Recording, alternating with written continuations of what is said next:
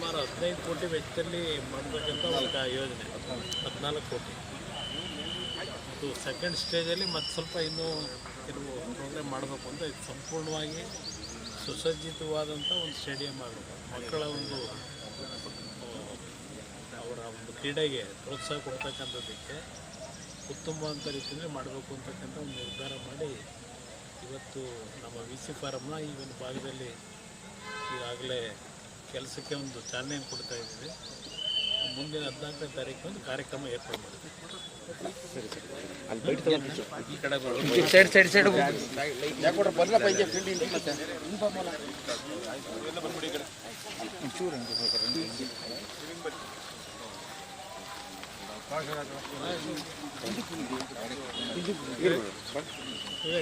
ಅಶೋಕಣ್ಣ ಮುಂದೆ ಬನ್ನಿ.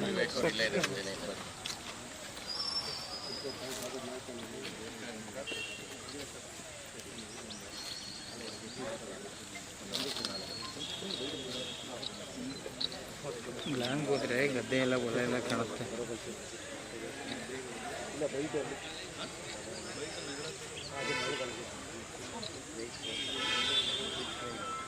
ಅಣ್ಣ ರಮೇಶ್ ಜಾಗ ನೋಡ್ಕೊಂಡು ಹೋಗ್ಲಿ.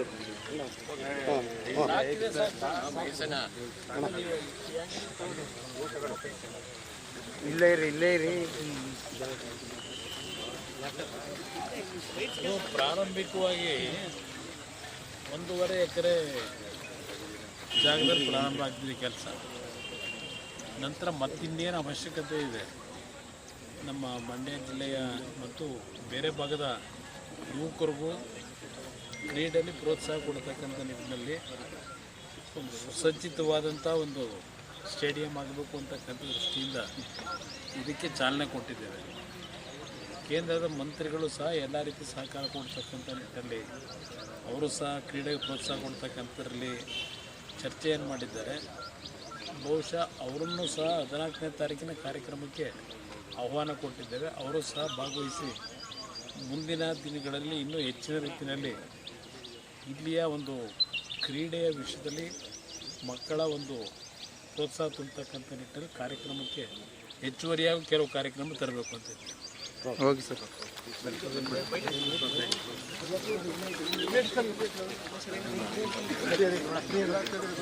ಅಣ್ಣ ಇಲ್ಲೇ ಕ್ಯಾಮರಾ ಮುಂದೆ ರೋಹಿತ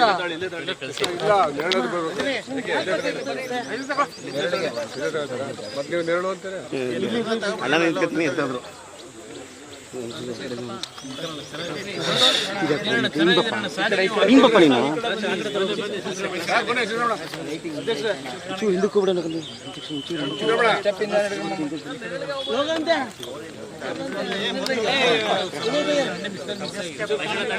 ನಂದು ರೆಡಿ ಇದ್ದೀನಿ. ಕೊಟ್ಟಂತ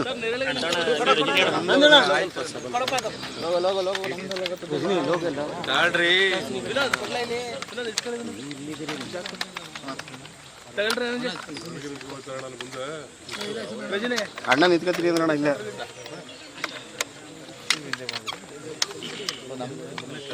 ಮುಂದಕ್ಕೆ ಹೋಗ್ಬೇಡ. ಊಟ ಬರುತ್ತೆ, ಮುಂದಕ್ಕೆ ಹೋಗ್ಬೇಡ. ಊಟ ಬರುತ್ತೆ.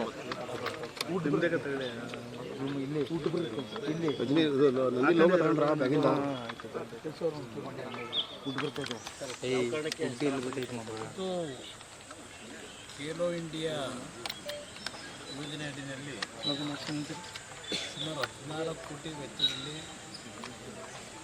ಸ್ಪೋರ್ಟ್ಸ್ ಕಾಂಪ್ಲೆಕ್ಸ್ನ ಪ್ರಾರಂಭ ಮಾಡ್ತಕ್ಕಂಥ ನಿಟ್ಟಿನಲ್ಲಿ ಮೊದಲನೇ ಹಂತದಲ್ಲಿ 1.5 ಎಕರೆ ಜಾಗದಲ್ಲಿ ಯೋಜನೆ ಪ್ರಾರಂಭ ಮಾಡ್ತಕ್ಕಂಥದಕ್ಕೆ ಈಗಾಗಲೇ ಎಲ್ಲ ರೀತಿ ಮಂಜೂರಾತಿಯಾಗಿದೆ.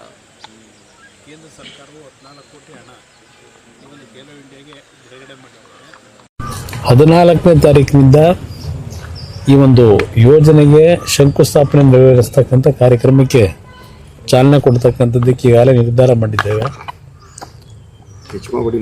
ಅದರ ಜೊತೆಗೆ ಇನ್ನೂ ಹೆಚ್ಚುವರಿಯಾಗಿ ಮುಂದಿನ ದಿನಗಳಲ್ಲಿ ಸ್ವಲ್ಪ ಹೆಚ್ಚಿನ ಒಂದು ಜಾಗವನ್ನು ಗುರುತಿಸಿ ಅತ್ಯಂತ ಸುಸಜ್ಜಿತವಾದಂಥ ಗ್ರಾಮೀಣ ಪ್ರದೇಶದ ಮಕ್ಕಳಿಗೆ ಕ್ರೀಡೆಯಲ್ಲಿ ದೊಡ್ಡ ಮಟ್ಟದ ಪ್ರೋತ್ಸಾಹ ಕೊಡ್ತಕ್ಕಂಥ ನಿಟ್ಟಿನಲ್ಲಿ ಹಾಸ್ಟೆಲ್ಗಳಿರ್ಬೋದು, ಟ್ರೈನಿಂಗ್ ಕೊಡ್ತಕ್ಕಂಥ ವ್ಯವಸ್ಥೆಗಳಿರ್ಬೋದು, ತರಬೇತಿ ಕೊಡ್ತಕ್ಕಂಥದ್ದು, ಈ ಹಲವಾರು ರೀತಿಯಲ್ಲಿ ಇಲ್ಲಿ ಒಂದು ಸುಸಜ್ಜಿತವಾದಂಥ ಕ್ರೀಡಾಂಗಣ ಆಗಬೇಕು ಅಂತಕ್ಕಂಥದ್ದನ್ನು ನಾವು ಬಯಸಿ ಈ ಒಂದು ಕಾರ್ಯಕ್ರಮಕ್ಕೆ ಚಾಲನೆ ಕೊಡ್ತೀವಿ. ಲ್ಯಾಂಡ್ ಯಾವುದು, ಜೊತೆಗೆ ಎಷ್ಟು ಎಕರೆ? ಇದೇ ಲ್ಯಾಂಡ್ ಈಗ ನಿಂತಿದ್ದೇವಲ್ಲ, ಇದೇ ಲ್ಯಾಂಡ್ನ ಈಗ ಪ್ರೈವೇಟ್ ಲ್ಯಾಂಡ್ ಅಲ್ಲ ಇದು ನಮ್ಮ VC ಫಾರಮ್ನಿಂದ ಇವತ್ತು ಅಲಾಟ್ ಆಗಿದೆ. ಇದು ಈ ಕೆಲ ಯೋಜನೆಗೆ VC ಫಾರಮ್ನಿಂದ ಒಪ್ಪಿಗೆ ಕೊಟ್ಟಿದ್ದಾರೆ, ರಾಜ್ಯ ಸರ್ಕಾರದಿಂದ ಒಪ್ಪಿಗೆ ಸಿಕ್ಕಿದೆ. ಈ ಕಾರ್ಯಕ್ರಮಕ್ಕೆ ಚಾಲನೆ ಕೊಡ್ತೀವಿ. ಈಗ 1.5 ಎಕರೆ ಸ್ಥಳ ಕೊಟ್ಟಿದ್ದಾರೆ, 1.5 ಎಕರೆ. ಇನ್ನು ಹೆಚ್ಚುವರಿಯಾಗೂ ಮಾಡ್ತಕ್ಕಂಥದ್ದಕ್ಕೂ ಬಹುಶಃ ಸಹಕಾರ ಕೊಡ್ತಾರೆ ಅನ್ನೋದು ನನ್ನ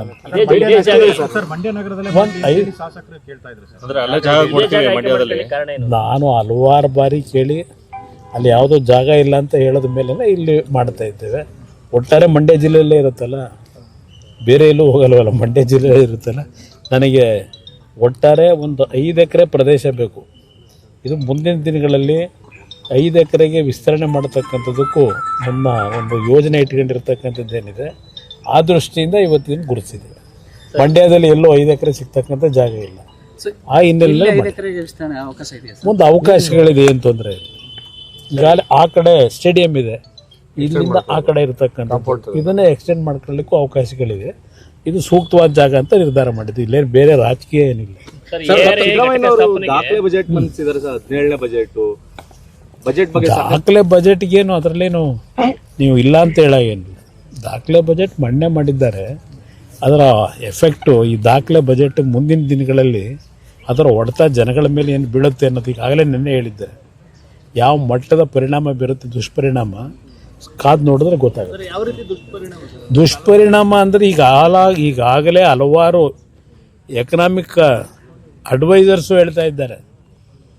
ಇದು ಮುಂದೆ ಅವರೇನು ಅಂಕಿಅಂಶ ತೋರಿಸಿದಾರಲ್ಲ, ಈಗ ನಮ್ಮ ಫಿಸಿಕಲ್ ರೆಸ್ಪಾನ್ಸಿಬಿಲಿಟಿ ಆ್ಯಕ್ಟ್ ಏನಿದೆ ಅದಕ್ಕೆ ನಾವು 3% ಒಳಗೆ ಇದ್ದೀವಿ ಅಂತ ಇವ್ರು ಹೇಳ್ತಾರೆ. ಕಳೆದ ವಾರ ಇದೇ ರಿಸರ್ವ್ ಬ್ಯಾಂಕ್ನಿಂದ ಕೊಟ್ಟಂಥ ವರದಿ ಪ್ರಕಾರ GDP ಗ್ರೋತ್ ಏನಿದೆ 25% ಒಳಗಿರಬೇಕಲ್ಲ, GDP ಗ್ರೋತ್ನ 25% ಒಳಗೆ ಇವತ್ತು ಅದು ಮೀರಿದೆ. ಬಟ್ ಇವ್ರ ಅಂಕಿಅಂಶದಲ್ಲಿ ಮರೆಮಾಚಿರ್ತಕ್ಕಂಥದ್ದೇನಿದೆ, ಇದರ ಎಫೆಕ್ಟ್ಗಳು ಮುಂದಿನ ದಿನಗಳಲ್ಲಿ ಪ್ರಾರಂಭ ಆಗುತ್ತೆ. ಇಲ್ಲಿ ಕಳೆದ ವರ್ಷವೇ ಕ್ಯಾಪಿಟಲ್ನ ಅಸೆಟ್ನ ಕ್ರಿಯೇಟ್ ಮಾಡಲಿಕ್ಕೆ 73,000 ಕೋಟಿ ಇಟ್ಟಿದ್ರು.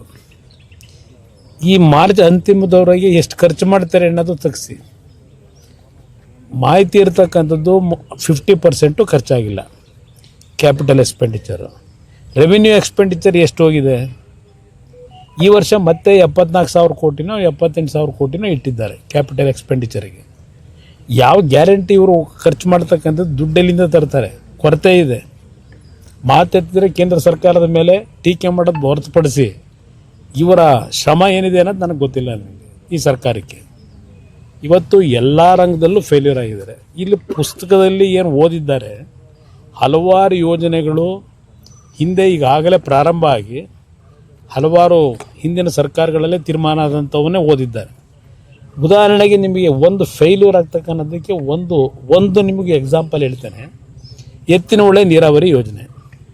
ಎತ್ತಿನಹೊಳೆಗೆ ಈಗಾಗಲೇ ಮೊದಲನೇ ಹಂತದ ಕಾರ್ಯಕ್ರಮಗಳನ್ನು ಯೋಜನೆಯನ್ನು ಮುಗಿಸಿದ್ದೇವೆ. 2ನೇ ಹಂತಕ್ಕೆ ಪ್ರಾರಂಭ ಮಾಡ್ತೇವೆ. ಇನ್ನೇನು 17 ಕಿಲೋಮೀಟ್ರು ಕಾಲುವೆ ಆಗಬೇಕು. ಅದ್ರ ಜೊತೆಗೆ ಕೊರಟಗೆರೆ ಹತ್ತಿರ 1.2 TMC ನೀರನ್ನು ಶೇಖರಣೆ ಮಾಡ್ತಕ್ಕಂಥ ಒಂದು ಜಲಾಶಯ ಮಾಡ್ತೀವಿ ಅಂತ ಹೇಳಿದ್ದಾರೆ.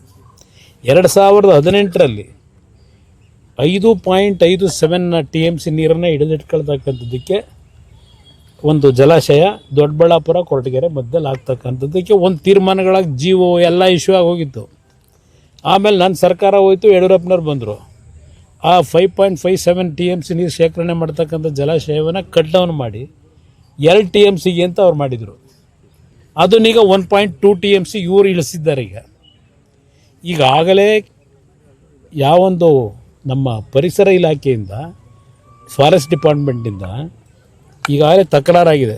ಇವರು ಹೇಳ್ದೆ ಕೇಳದೆ ಪರ್ಮಿಷನ್ಗಳಿಲ್ಲದೆ ವಯಲೇಟ್ ಮಾಡಿ ಸುಮಾರು 24 ಕಿಲೋಮೀಟ್ರ್ ಕಾಲುವೆಗೆ ಇವತ್ತು ಏನು ಒಂದು ಸಮಸ್ಯೆಗಳನ್ನು ಇವರೇ ಉದ್ಭವ ಮಾಡ್ಕೊಂಡಿದ್ದಾರೆ. ಇದೆಲ್ಲ ಇದೆ. ಈಗ ನೀರನ್ನು ಹೇಳ್ತಾನೆ ಇದ್ದಾರೆ ಕಳೆದ 2 ವರ್ಷದಿಂದ, ಈ ಜೂನು ಕೊಡ್ತೀವಿ ಅಂತ ಹೇಳಿ. ಇಲ್ಲಿ ಆ ಎತ್ತಿನಹೊಳೆ ಪ್ರಾಜೆಕ್ಟ್ನ ನೀರನ್ನು ಚಿಕ್ಕಬಳ್ಳಾಪುರ ಕೋಲಾರಕ್ಕೆ ತಗೊಂಡು ಹೋಗ್ತಕ್ಕಂಥ ನಿಟ್ಟಿನಲ್ಲಿ ಈಗ 5 TMC ಇಂದ 1.2 TMC ಇಳಿಸಿರೋದು. ಇಲ್ಲೇ ಅರ್ಥ ಮಾಡ್ಕೊಳ್ಳಿ ಇವ್ರು ಎಷ್ಟರ ಮಟ್ಟಿಗೆ ಈ ಯೋಜನೆ ತರ್ತಾರೆ ಅನುಷ್ಠಾನಕ್ಕೆ. ಒಂದು ಕಾರ್ಯಕ್ರಮ ನಿಮ್ಗೆ ಹೇಳ್ತಾ ಇದ್ದೀನಿ ಯಾವ ಥರ ಇದೆ ಅಂತೇಳಿ. ಹಲವಾರು ನೀರಾವರಿ ಯೋಜನೆಗಳ ವಿಷಯದಲ್ಲಿ ದುಡ್ಡೇ ಇಟ್ಟಿಲ್ಲ, ದುಡ್ಡು ನೀಡದೆ ಸುಮ್ಮನೆ ಘೋಷಣೆ ಮಾಡಿದ್ದಾರೆ. ಅದು ಎಷ್ಟು ದಿವಸ ಆ ಘೋಷಣೆ ಇರಲಿಕ್ಕೆ ಸಾಧ್ಯ? ಭರಪೂರ ಘೋಷಣೆ ಇದೆ, ಅದರಲ್ಲೇನು ಸಂಶಯ ಏನೇ ಇಲ್ಲ. ಆದರೆ ಇವರು ಬಜೆಟ್ನ 3.5 ಗಂಟೆ ಓದ್ತಕ್ಕಂಥ ಖುಷಿಲೂ ಓದಲಿಲ್ಲ. ಅಲ್ಲಿ ಅವ್ರ ಪಾಪ ಒಂದೊಂದು ಪದ ಬಳಕೆ ಮಾಡಬೇಕಾದ್ರೆ ಅವರಿಗೆ ಇದ್ದಂಥ ಒಂದು ಶ್ರಮ ತಾವು ಬಹುಶಃ ನೋಡಿರ್ಬೋದು ಟಿ ವಿಗಳಲ್ಲಿ ಎಷ್ಟೆಷ್ಟು. ಪಾಪ ಅವರು ಕನ್ನಡದಲ್ಲಿ ಇದನ್ನು ಪಾಠ ಮಾಡೋರು ಅವರು ಭಾಳ ಜನ MLAಗಳಿಗೆ. ಅದೆಂಥದ್ದು ನಿಮ್ಮ ಸಂಧಿಗಳ ವಿಷಯದಲ್ಲೆಲ್ಲ ವ್ಯಾಕರಣ ಅದೇ ಸಂಧಿ ವಿಷಯದಲ್ಲಿ. ಇಲ್ಲಿ ನೆನ್ನೆ ಅವ್ರು ಓದಬೇಕಾದ್ರೆ ಅವ್ರು ಪಡ್ತಾ ಇದ್ದಂಥ ಶ್ರಮ ನೋಡಿದಾಗ ಜನಗಳ ಪರಿಸ್ಥಿತಿ ಏನಾಗುತ್ತೆ ಅನ್ನೋದನ್ನು ಆ ಶ್ರಮದಲ್ಲಿ ನಾವು ಕಾಣ್ತಾ ಇದ್ದು. ಈಗ ನನಗೆ ನಿನ್ನೆ ದಿನ ಘೋಷಣೆ ಏನು ಮಾಡಿದ್ದಾರೆ ಅವ್ರಿಗೆ ಅಭಿನಂದಿಸ್ತೀನಿ. ಮಂಡ್ಯ ಜಿಲ್ಲೆಗೆ ಅವ್ರು ಕೊಟ್ಟಿರತಕ್ಕಂಥ ಒಂದು ಕಾರ್ಯಕ್ರಮ ಅದು, ಮಂಡ್ಯ ಜಿಲ್ಲೆ ಕೊಡ್ತೀವಿ ಅಂತೇಳಿ. ಈಗ ಅದಕ್ಕೆ ನನ್ನ ಅಭಿನಂದನೆ ಇದೆ. ಮಂಡ್ಯ ಜಿಲ್ಲೆನಲ್ಲೇ ಏನ ನಾವು ಸ್ಥಾಪನೆ ಮಾಡತಕ್ಕಂಥದ್ದು ಈಗಾಗಲೇ ನಮ್ಮ ಇಲಾಖೆಯಲ್ಲಿ ತೀರ್ಮಾನ ಏನು ಮಾಡಿದ್ದೇನೆ. ಈಗ ಮೊದಲನೇ ಹಂತದಲ್ಲಿ 500 ಕೋಟಿ, ಎರಡನೇ ಹಂತದಲ್ಲಿ ಮತ್ತು 500 ಕೋಟಿ, ಒಟ್ಟು 1000 ಕೋಟಿ ಅಲ್ಲಿ ಬಂಡವಾಳ ಆಗ್ತಕ್ಕಂಥದ್ದಕ್ಕೆ ತೀರ್ಮಾನ ಏನಾಗಿದೆ. ಭೂಮಿ ಎಲ್ಲಿ ಕೊಡ್ತಾರೆ ಅಂತಕ್ಕಂಥದ್ದು ನಮ್ಮ ಅಧಿಕಾರಿಗಳಿಗೆ ಹೇಳಿದ್ದೇನೆ. ನೀವು ಚರ್ಚೆ ಮಾಡಿ ಸ್ಥಳ ಪರಿಶೀಲನೆ ಮಾಡಿ ಆ ಭೂಮಿಯನ್ನು ನಮಗೆ ಯಾವ ಮಟ್ಟಕ್ಕೆ ಸೂಕ್ತ ಇದೆ ನಾನು ಹೇಳಿದ ಬಸರ. ನಾನು ಪ್ರಶ್ನೆ ಆ ಜಾಗ ಈ ಜಾಗ ಅಲ್ಲ, ಒಟ್ಟಾರೆ ನನಗೆ ಇನ್ಫ್ರಾಸ್ಟ್ರಕ್ಚರ್ ಡೆವಲಪ್ಮೆಂಟ್ ಮಾಡಿ ಉತ್ತಮವಾದ ರೀತಿಯಲ್ಲಿ ಸೌಕರ್ಯ ಕೊಡಬೇಕು ಅವರು KDBಯಿಂದ. ಇಲ್ಲಿ ಯಾರೋ ಹೇಳಿದ ತಕ್ಷಣ ಅದಾಗೋದಿಲ್ಲ. KDBಯಿಂದ ಅದು ಏನು ಮಾಡಬೇಕಾಗ್ತದೆ, ಒಂದು ಬಡಾವಣೆ ನಿರ್ಮಾಣ, ಅದು ಇಂಡಸ್ಟ್ರಿಯಲ್ ಪಾರ್ಕ್ನ. ಅದ್ರ ಜೊತೆಗೆ ನಮ್ಮ ಅಧಿಕಾರಿಗಳು ಸ್ಥಳ ಪರಿಶೀಲನೆ ಮಾಡ್ತಾರೆ ಎಲ್ಲಿ ಮಾಡಬೇಕು ಅಂತಕ್ಕಂಥದ್ದು. ನಾನೀಗಾಗಲೇ ನಮ್ಮ FKCCIಯಿಂದ ಒಂದು 50ರಿಂದ 60 ಜನ ಕೈಗಾರಿಕೋದ್ಯಮಿಗಳನ್ನು ಕರೆದು ಮೊನ್ನೆ HMT ಫ್ಯಾಕ್ಟ್ರಿನಲ್ಲಿ ಒಂದು ಸಭೆನೂ ಮಾಡಿದ್ದೇನೆ. ಅವ್ರಿಗೆ ಡೆಲ್ಲಿಗೂ ಬರಲಿಕ್ಕೆ ಹೇಳಿದ್ದೇನೆ. ಹಲವಾರು 2 ವೀಲರು 3 ವೀಲರ್ನ ಪ್ರೊಡಕ್ಷನ್ ಮಾಡ್ತಕ್ಕಂಥ ಯೂನಿಟ್ಗಳನ್ನು ಹಾಕಬೇಕು ಅಂತಕ್ಕಂಥದ್ದಕ್ಕೆ ಆಸಕ್ತಿಯನ್ನು ತೋರಿಸಿದ್ದಾರೆ. ಅದನ್ನು ಸಹ ಈ ARIನ ಒಂದು ಟೆಸ್ಟಿಂಗ್ ಏಜೆನ್ಸಿ ಏನಿದೆ ಈಗ ನಮ್ಮಲ್ಲಿ ಪ್ರೊಡಕ್ಷನ್ ಮಾಡ್ತಾ ಇರ್ತಕ್ಕಂಥದ್ದೆಲ್ಲ ಪೂನಾಗೋ ತಮಿಳ್ನಾಡಿಗೋ ಹೋಗಿ ಸರ್ಟಿಫಿಕೇಟ್ ತರಬೇಕು. ಹಲವಾರು ರೀತಿಯ ಸಮಸ್ಯೆಗಳನ್ನು ಇಲ್ಲಿಯ ಒಂದು ಮ್ಯಾನುಫ್ಯಾಕ್ಚರರ್ಸ್ ಏನು ಅನುಭವಿಸ್ತಾ ಇದ್ದಾರೆ ಅದೆಲ್ಲ ಸುದೀರ್ಘವಾಗಿ ಚರ್ಚೆ ಮಾಡಿದ್ದೀವಿ. ಅದಕ್ಕೆ ಒಂದು ದೊಡ್ಡ ಮಟ್ಟದಲ್ಲಿ ಏನು ಮಾಡಬೇಕು ಅಂತಕ್ಕಂಥ ಚಿಂತನೆ ಪ್ರಾರಂಭಿಕ ಅಂತ ಶುರು ಮಾಡಿದ್ದೇವೆ. ಇಲ್ಲಿ ಯಾವ ಥರ ತರಬೇಕು ಅಂತಕ್ಕಂಥದ್ದು ನನಗೆ ಯಾರನ್ನು ಮೆಚ್ಚಿಸ್ಲಿಕ್ಕೆ ಇದೆಲ್ಲ ನಾನು ಈ ಒಂದು ಯೋಜನೆಗಳಿಗೆ ನಾನು ಚಾಲನೆ ಕೊಟ್ಟಿಲ್ಲ. ನನ್ನ ಋಣ ತೀರಿಸಬೇಕು, ನನ್ನ ಕರ್ತವ್ಯ ಮಾಡಬೇಕು. ಆ ಕರ್ತವ್ಯ ಮಾಡ್ತಕ್ಕಂಥ ನಿಟ್ಟಿನಲ್ಲಿ ಪ್ರಾಮಾಣಿಕವಾಗಿ ಜಿಲ್ಲೆಯ ಜನ ನನ್ನ ಮೇಲೆ ವಿಶ್ವಾಸ ಇಟ್ಟಿದ್ರು. ಆ ವಿಶ್ವಾಸಕ್ಕೆ ಯಾವುದೇ ಧಕ್ಕೆ ಬರದಾರದೆ ಇರ್ತಕ್ಕಂಥ ರೀತಿಯಲ್ಲಿ ಈ ಯೋಜನೆ ಅನುಷ್ಠಾನಕ್ಕೆ ತಂದು ಯುವಕರಿಗೂ ಉದ್ಯೋಗದಲ್ಲಿ ದೊಡ್ಡ ಮಟ್ಟದಲ್ಲಿ ಸಿಗ್ತಕ್ಕಂಥದ್ದಕ್ಕೆ ಒಂದು ಚಾಲನೆ ಬಜೆಟ್ ಹಿಂದೇನು ಕೊಟ್ಟವ್ರು ಇಲ್ಲಿ ಮಂಡ್ಯ ಕೊಟ್ಟಿರೋದೇನು ಕೊಟ್ಟವ್ರು ಅವರು ಕೊಟ್ಟಿರ್ತಕ್ಕಂಥದ್ದು ಈ ಒಂದು ಘೋಷಣೆ ಇದು ಮಾಡಿದ್ದು ಬಿಟ್ಟರೆ ಯಾವುದು ಅಂತ ಒಂದು ಪ್ರಮುಖವಾದಂಥ ಘೋಷಣೆಗಳು ಇಲ್ಲ. ಸರ್, ಮಂಡ್ಯ ಋಣ ತೀರಿಸ್ತೀವಿ ಅಂತ ಹೇಳ್ತಾರೆ, ಆದ್ರೆ ಮದ್ದೂರು ಶಾಸಕರು ಸಾಕಷ್ಟು ಟೀಕೆ ಮಾಡ್ತಾರೆ ಸರ್. ಯಾರು? ಕದ್ಲೂರು ಉದಯ. ಒಂದು ನಿಮಿಷ, ಅವ್ರ ಟೀಕೆ ಯಾವುದಕ್ಕೆ ಮಾಡಿದ್ದಾರೆ? ಡೆವಲಪ್ಮೆಂಟಿಗೆ ಮಾಡಿದ್ದಾರೆ. ಡೆವಲಪ್ಮೆಂಟ್ ವಿಚಾರ ಏನು ಮಾಡಿದ್ದಾರೆ? ಅವರ ಬಗ್ಗೆ ನನ್ನ ಚರ್ಚೆ ಅವಶ್ಯಕತೆ ಇಲ್ಲ. ಆ ವ್ಯಕ್ತಿಗೂ ನನಗೂ ಯಾಕೆ ಹೋಲಿಕೆ ಮಾಡ್ತೀರಿ? ಆ ವ್ಯಕ್ತಿ ಬಗ್ಗೆ ನಾವು ಉತ್ತರ ಕೊಡಲಿಕ್ಕೆ ಅವಶ್ಯಕತೆ ಇದೆ. ಗ್ರಾಮೀಣ ಭಾಗದ ಜನರ ಕಷ್ಟ ಕೇಳಿಲ್ಲ ಕುಮಾರಸ್ವಾಮಿ ಅವರು. ಇಲ್ಲ, ನಾನು ಎಲ್ಲ 5 ಸ್ಟಾರ್ ಅಲ್ಲಿ ಇದ್ದೀನಿ. ಶ್ರೀಲಂಕಾದಲ್ಲಿ ಹೋಗಿ ಕೂತಿದ್ದೆ. ಶ್ರೀಲಂಕಾದಲ್ಲಿ ಹೋಗಿ ಜಾಮೀನು ಪಡೆಯುವವರೆಗೆ ಕೂತಿದ್ದೆ ನಾನು. ಚರ್ಚೆ DK ಶಿವಕುಮಾರ್ ಅವರು CM ಆಗಬಾರ್ದು ಅಂತ ಕುಮಾರಸ್ವಾಮಿ ಅವರು ತಡಿತಾ ಇದ್ದಾರೆ. ಶಿವರಾಮಯ್ಯ ನಾನು ಹೆಂಗ್ ತಡೆಯಕ್ಕಾಗತ್ತಣ್ಣ? ಅವ್ರು ಸಿದ್ದರಾಮಯ್ಯರ ಜೊತೆ ಮಾತಾಡಕ್ಕೆ ಹೇಳಿ ನನ್ ಕೇಳಿದ್ರೆ ನಾನೇನು ಹೇಳಿ? ನಾನು ಸಿದ್ದರಾಮಯ್ಯವ್ರಿಗೆ ಕಳೆದ ಒಂದು ವಾರದಿಂದ ಏನ್ ಹೇಳಿದ್ದೀನಿ? ಬಿಟ್ಕೊಡಪ್ಪ ಅಂತ ದಿನ ಹೇಳ್ತಾ ಇಲ್ವಾ? ಯಾಕೆ ತಲೆ ಕೆಡಿಸ್ಕೊಳ್ತಾರೆ? ಈಗ ಆಗತ್ತೆ. ಈಗ ಅಂತಾರಾಷ್ಟ್ರೀಯ ಮಟ್ಟದಲ್ಲಿ ನಡೀತಿರತಕ್ಕಂಥ ಬೆಳವಣಿಗೆಗಳು ನೀವು ನೋಡ್ತಾ ಇದ್ದೀರಿ. ಅದರ ಹಿನ್ನೆಲೆಯಲ್ಲಿ ಹಲವಾರು ರೀತಿಯಲ್ಲಿ ಹೊರೆ ಇರ್ತಕ್ಕಂಥದ್ದಕ್ಕೆ ತಯಾರಾಗಬೇಕಾಯ್ತದೆ. Thank you. ಆ ಉತ್ತರದ ಗ್ರಾಮೀಣ ಜನಕ್ಕೋಸ್ಕರವಾಗಿ ಪಾರ್ಟಿ ಇದು ಗ್ರಾಮೀಣಕ್ಕೆ ಅಂತ ನಮ್ಮ ಪ್ರದೇಶ ಗೊತ್ತಿಲ್ಲ.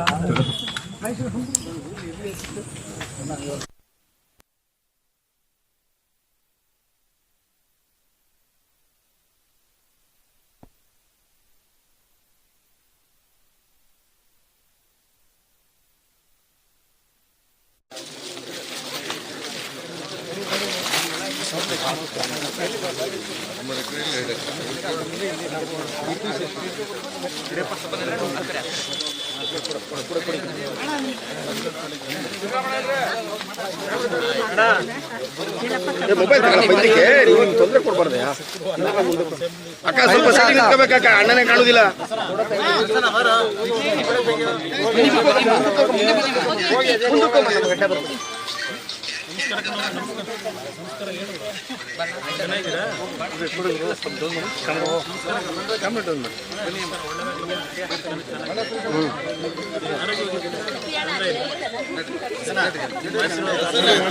ಆಯ್ತಾ, ಬನ್ನಿ ಬನ್ನಿ ಅಕ್ಕ. ಸ್ಟಾಪ್ ಮಾಡಿ, ಸ್ಟಾಪ್ ಅಂತ ಇದೆ, ಸ್ಟಾಪ್ ಮಾಡಿ. ಹೆಚ್ಚಿನ ವಿಡಿಯೋಗಳಿಗೆ ಪ್ರತಿಧ್ವನಿ ಯೂಟ್ಯೂಬ್ ಚಾನೆಲ್ ಸಬ್ಸ್ಕ್ರೈಬ್ ಮಾಡಿ, ಬೆಲ್ ಐಕಾನ್ ಕ್ಲಿಕ್ ಮಾಡಿ.